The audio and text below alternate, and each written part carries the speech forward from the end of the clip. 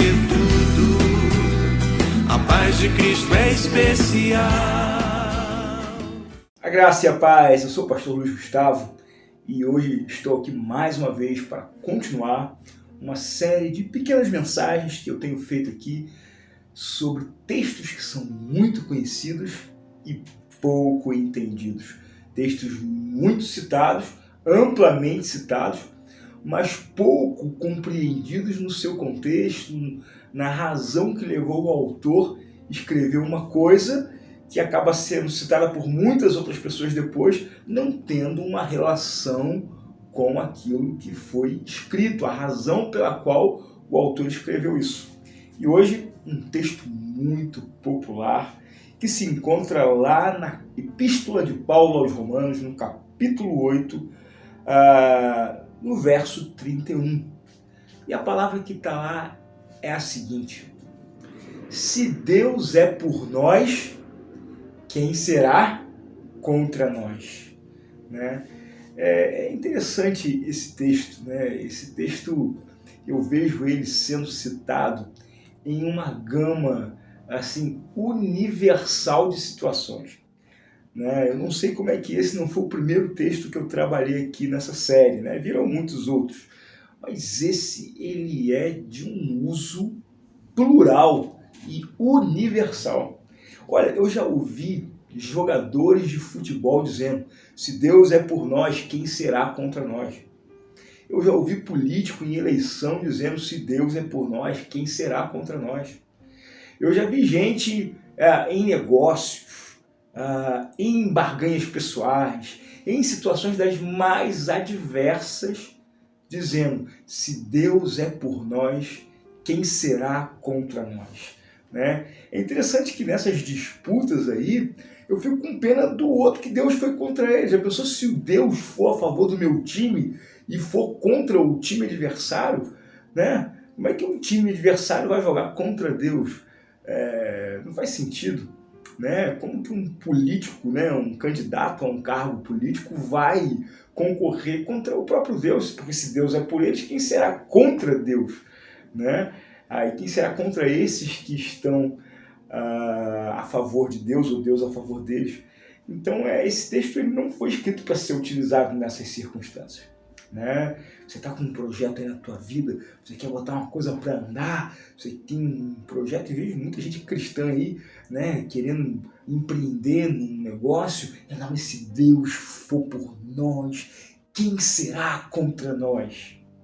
Né? E ainda coloca essa ênfase que parece ser fé, né? Essa ênfase aqui, isso não é fé, isso é só ênfase.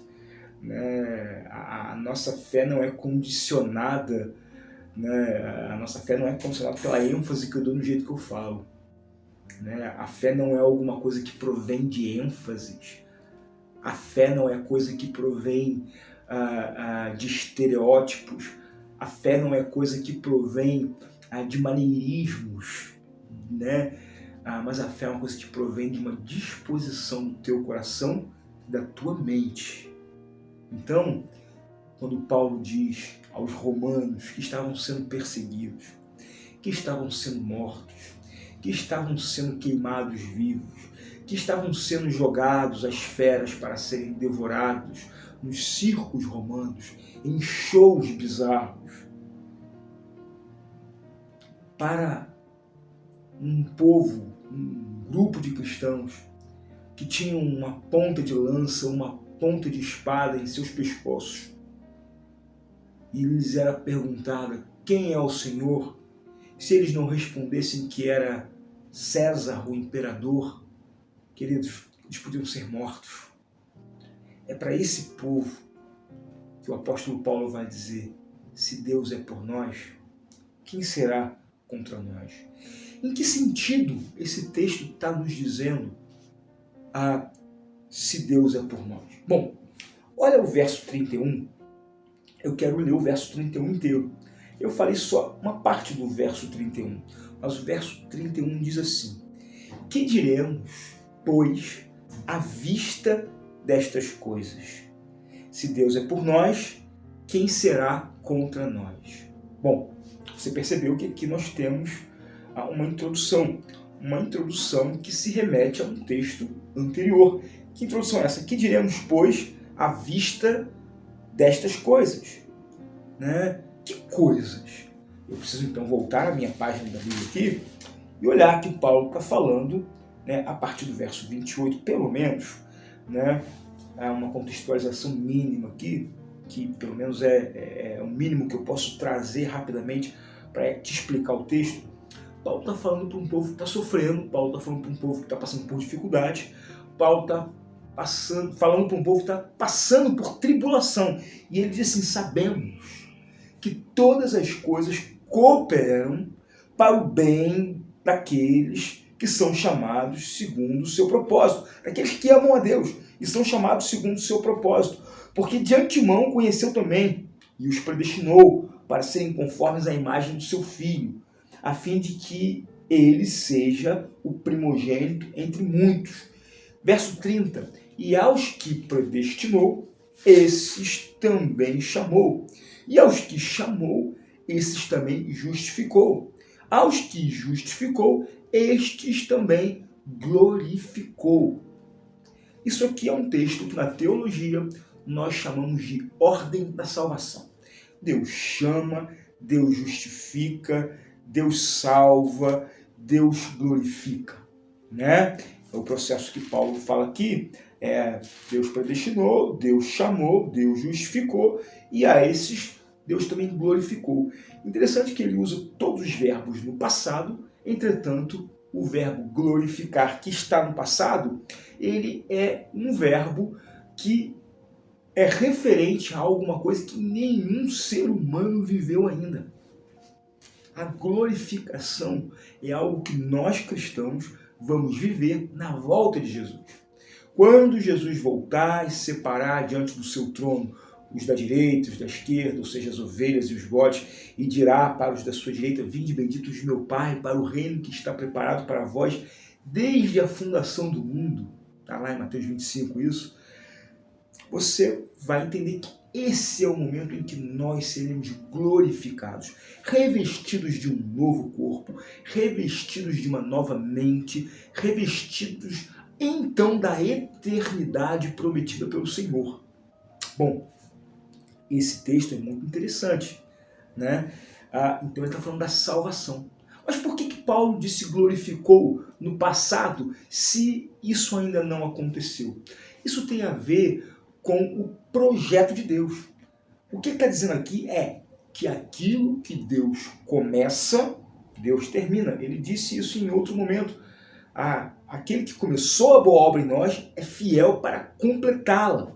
Ou seja, se Deus te chamou, se Deus te vocacionou, se Ele te escolheu para uma vida junto a Ele, querido, saiba que isso vai ser levado a cabo. Aquele que começou a boa obra da salvação, Ele há de levar essa obra até o fim, né? Ainda que muitos se levantem, ainda que muitos tentem tirar você da graça, ainda que muitos tentem persuadir você do seu chamado, fazer você desistir do seu chamado, fazer você desistir do seu propósito, daquilo que Deus tem para a sua vida. Mas se Deus é por nós, na salvação, quem será contra nós na salvação? É esse o sentido do texto. E aí o verso 32, que é posterior aqui, continua dizendo: aquele que não poupou o seu próprio filho, antes por todos nós nos entregou, porventura não nos dará graciosamente com ele todas as coisas? Quem intentará acusação contra os eleitos de Deus? É Deus quem os justifica, quem os condenará? É Cristo Jesus quem morreu, ou antes quem ressuscitou, o qual está à direita de Deus e também intercede por nós. Quem nos separará do amor de Deus? E ele continua dizendo: será a tribulação? Vivemos num mundo que nos atribula muito, mas isso não pode nos separar do amor de Deus. Será a angústia? Quem nunca teve angústia na alma? Quem nunca passou por um tempo de angústia na vida? Será a perseguição? Existem irmãos hoje que vivem perseguição violenta, crudelíssima no Oriente Médio, em alguns lugares da Europa. E essa perseguição está chegando. Assim como foi no passado. Perseguiram os cristãos em Roma. Carta para quem Paulo está escrevendo. E faz muito sentido para quem lê esse texto no contexto lá de Roma, no primeiro século. Faz muito sentido para quem lê no Oriente Médio. Faz muito sentido para as igrejas que estão sendo queimadas no Chile. Faz muito sentido para as igrejas que estão sendo fechadas na Europa. Ou será a fome, ou a nudez, ou o perigo, ou a espada? Como está escrito, por amor de ti somos entregues à morte o dia todo. Fomos considerados como ovelhas para o matador. Em todas estas coisas, ou seja, na perseguição, na luta, na tribulação, na angústia, na fome, na nudez, diante da espada, em todas essas coisas, não em outras coisas, mas nestas coisas, nós somos mais do que vencedores por meio daquele que nos amou. Então, querido, nós estamos falando sobre salvação, o chamado que Deus tem para a sua vida. Que talvez hoje você esteja distante dele, que talvez hoje você esteja longe dele, que talvez hoje você esteja apático ou surdo para esse chamado. Como diria Agostinho, que a potente voz de Deus possa romper a tua surdez e te fazer ouvir a voz do incessante amor de Deus, que te chama. E se ele te chama, ele te busca. Se ele te busca, ele te santifica, te justifica e te glorificará.